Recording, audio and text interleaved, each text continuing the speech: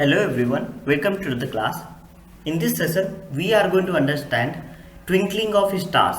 Why do stars twinkle? Let us now understand the concept. हम सभी जानते हैं कि अगर हम सरफेस पे हैं, अर्थ की सरफेस पे हैं, तो हमें स्टार्स ट्विंकलिंग करते दिखाई देते हैं। लेकिन अगर हम अर्थ सरफेस से बाहर निकल जाते हैं, जैसे स्पेस पे चले जाते हैं, जैसे एस्ट्रोनॉट्स जाते हैं, तो उन्हें ये स्टार्स ट्विंकल करते नहीं दिखाई देते हैं। तो ऐसा क्या रीज़न होगा जो अर्थ के एटमॉस्फेयर में स्टार्स की लाइट आते ही हमें ट्विंकलिंग करते दिखाई देती है? तो हमें इस कॉन्सेप्ट को अब हम समझते हैं। ये एटमॉस्फेयर स्टार को ट्विंकल करवाता है और ये कैसे होता है अब हम ये समझते हैं। तो एटमॉस्फेयर के कारण दो चीज़ें होती हैं। मानो कि हम यहाँ पे हम सरफेस पे यहाँ से देख रहे हैं, स्टार्स को देख रहे हैं, और ये एटमॉस्फेरिक लेयर्स हैं एयर की, ठीक है। तो जैसे ही स्टार की रेस यहाँ लेयर्स पे आती हैं तो ये सीधा नहीं आती हैं, ये क्या हो जाती हैं, लेयर्स गेट बेंट। तो लेयर्स क्यों बेंट होती हैं? बिकॉज ऑफ द ये रेयर मीडियम से डेंसर मीडियम में आ रही हैं। तो ऐसे समझो कि ये रेज यहाँ पे आई पहले और ये थोड़ा बेंट हो जाती हैं, ठीक है। अब देखो, तो ये अर्थ का एटमॉस्फेयर हैवी गैसेस से भरा हुआ है। यहाँ पे क्या है, हैवी गैसेस है। जो हैवी गैसेस होने की वजह से ये मीडियम बन जाता है डेंसर। और आपको पता है ये वैक्यूम से आ रही होती है, ये लाइट्स कहाँ से आ रही होती है, vacuum. And that vacuum is no air, that is a rare medium. तो जब रेयर मीडियम से डेंसर मीडियम में लाइट्स आती हैं तो वो क्या हो जाती है, बेंड होती है टुवर्ड्स द नॉर्मल। तो ये लाइट बेंड होती है, और जैसे ही ये लाइट बेंड होती है तो हमें क्या लगता है, अगर हम ये यहाँ पे एक्सटेंड करें और ये एक्सटेंड करें तो हमें स्टार कहाँ पे दिखाई देता है, एक शिफ्टेड पोजिशन पे दिखाई देता है। तो एटमॉस्फेयर क्या करता है, स्टार की एक शिफ्टेड पोजिशन हमें दिखाई देता है। एक्चुअली में ऐसा होता नहीं है, but it seems it's the apparent position of the star. अब ये कैसे होता है, इसको अभी हम थोड़ा और डीप में समझेंगे। But I hope you are interested right now to understand this concept better, because here you can see how the star position is shifted. Now let us understand this concept in deep.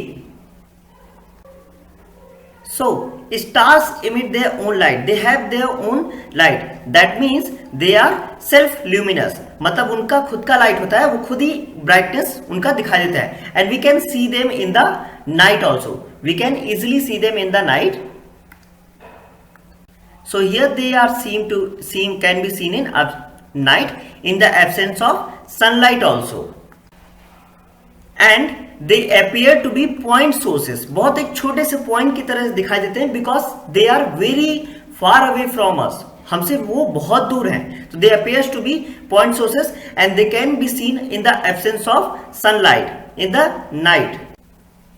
Now let us understand how the light coming from the stars get refracted in the atmosphere.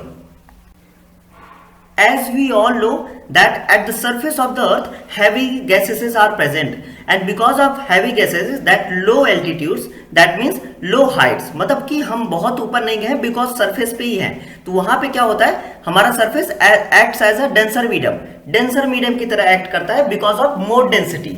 And वही जब हम एक higher altitude पे जाते हैं, ज्यादा Heights पे जाते हैं, तो लाइट्स क्या हो जाती है, मतलब एयर क्या हो जाती है, हल्की होती जाती है। तो एयर जब हल्की होती जाती है तो वहां पे क्या होता है, डेंसिटी कम हो जाती है। तो less density, because of less density the above atmosphere, the higher atmosphere acts as a rare medium. So this part acts as a rare medium, and because of this the refractive density, the refractive index keeps on increasing, it keeps increasing. तो मतलब कि जैसे ही rare medium से denser medium में आएगा तो refractive index क्या होगा, ज्यादा हो जाएगा।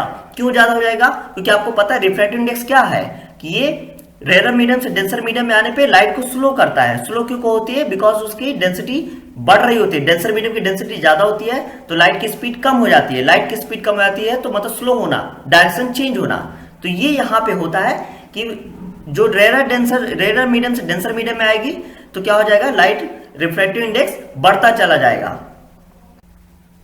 सिमिलरली क्या होगा, जब स्टार लाइट एटमॉस्फेयर में आएंगे, हमारे रेयर मीडियम से डेंसर मीडियम में आ रहे हैं, rare to denser medium, so what happens, they bends towards the normal. What happens? They bends towards the normal and they keep bending towards the normal as they pass through the atmospheric different layers. different atmospheric layers, and when they reaches to our eyes, this appears to be like this. So as you can see here, suppose this is light is coming from the star and it gets refracted. ये bend refract होके bend होता है, normal की तरफ bend होता आएगा, and it reaches to our eyes. But जब हम ऊपर की तरफ देखते हो तो हमें क्या लगता है, ये लाइट कहाँ से आ रही है, ये लाइट यहाँ से आ रही है, because light travels in straight line. हम सभी को पता है light travels in straight line, तो हमें ये सीधा दिखाई देता है. तो हमें लगता है ये लाइट कहाँ से आ रही है, इस पॉइंट से आ रही है, from this point. But we can see the actual position of the star is here. This is the actual position, but star appears to be here. This position seems to be higher than this position, and this position is called apparent position. This position is called apparent position. So I can say here, this makes the star appear to be higher in the sky as compared to its actual position, as shown in here, as we can see here in the diagram. Now, अब हम सभी को पता है कि atmospheric condition same नहीं रहती है. जहां पे ज्यादा टेम्परेचर हो जाएगा तो वहां पे डेंसिटी कम हो जाएगी, जहां पे कोल्ड होगा वहां पे डेंसिटी कम हो जाएगी, या फिर एयर विंड चल रही है तो डेंसिटी चेंज होगी. उसकी वजह से क्या होता है, रिफ्रैक्शन चेंज होता रहता है. मतलब कि स्टार का जब refraction of light will keep changing, तो the position of the star will keep changing, the brightness of the star will keep changing, and that due to that interruption in the refraction of light of star creates the twinkling of star. कहने का मतलब ये है कि suppose कि if I look at here, suppose assume a human eye here, okay, and the star to be here, and as this light is coming here, in this direction, just a second, okay, so this interruption, as the temperature is changing, atmospheric condition is changing, तो ये interruption create हो जाएगा. तो क्या होता रहेगा, refraction will keep changing, refraction of light will keep changing, and that will make the apparent position of the star keep changing a bit. थोड़ा जो पोजीशन है स्टार का वो चेंज होता रहेगा. और जब ये बार बार ऐसा due to temperature and density change होता रहेगा, ये चेंज होता रहेगा, तो refractive index of air will keep changing continuously.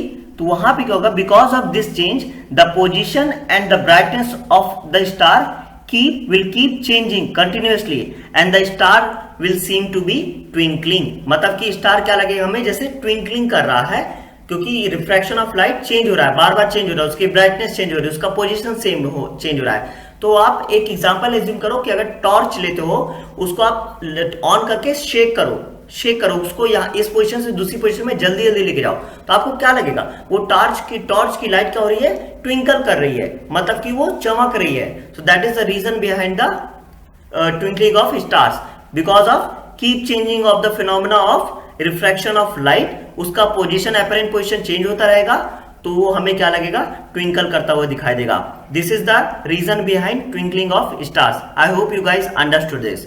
Now the question arises, if the star keeps twinkling, why do not planets keep twinkling? Why do not planet twinkle?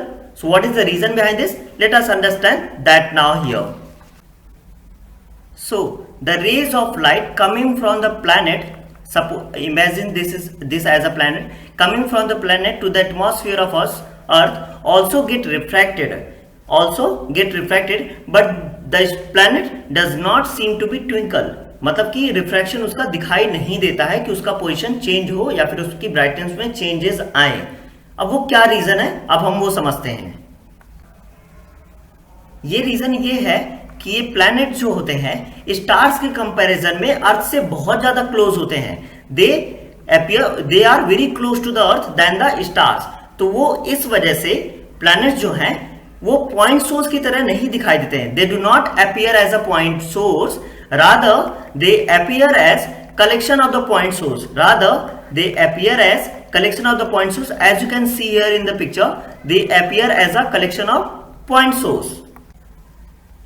Now light coming from the planet also gets refracted, but due to changes in atmospheric condition, मतलब कि bright temperature के air की density में changes आने से कुछ points की जो इंटेंसिटी है वो चेंज होती है, मतलब रिफ्रैक्ट होता है, रिफ्रैक्शन होता है, कुछ पॉइंट्स का रिफ्रैक्शन नहीं होता है, and because of the planets closeness to the earth. So some point के चेंजेस होने से और सम पॉइंट्स के ना चेंज होने से, मतलब रिफ्रैक्शन ना ज्यादा चेंजेस होने से, उसमें क्या होता है कि एवरेज जो पोजीशन ऑफ द प्लैनेट है, average position of the planet and the brightness of the planet remain unchanged, मतलब remains same. That's why planets do not twinkle. Planets do not twinkle. One more reason you can say, planets का खुद, पहले let's revise. Planets का खुद का light नहीं है, they get light from the sun. Okay, stars have their own light. Stars बहुत दूर होते हैं, तो जब उसमें रिफ्रैक्शन होता है तो वो इंटरप्शन की वजह से हमें लगता है कि stars are twinkling, but planet बहुत ज्यादा क्लोज हैं अर्थ के कर्थ से, तो क्या होता है कि कुछ पॉइंट्स इनमें कुछ पॉइंट्स का जो ट्विंकलिंग होती है कुछ पॉइंट्स में नहीं होती है, बिकॉज पूरे पॉइंट्स पे इनमें लाइट नहीं आएगी. तो जो एवरेज हो जाता है वो क्या होता है, बैलेंस्ड हो जाता है, दोनों बैलेंस हो जाते हैं. तो इंटेंसिटी ऑफ लाइट क्या हो जाती है, that remains same, and if that remains same the position is not changing, the brightness remain unchanged, so the planet do not twinkle, and that is the reason the planet do not twinkle. I hope you guys understood. Ask me any doubt in the comment section if you have, guys.